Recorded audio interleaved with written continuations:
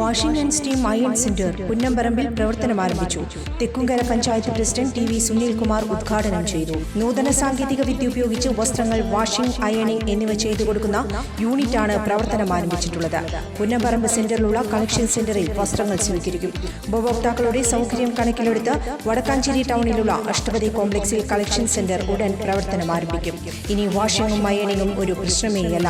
കൂടുതൽ വിവരങ്ങൾക്ക് 9645504445 എന്ന നമ്പറുമായി ബന്ധപ്പെടുക.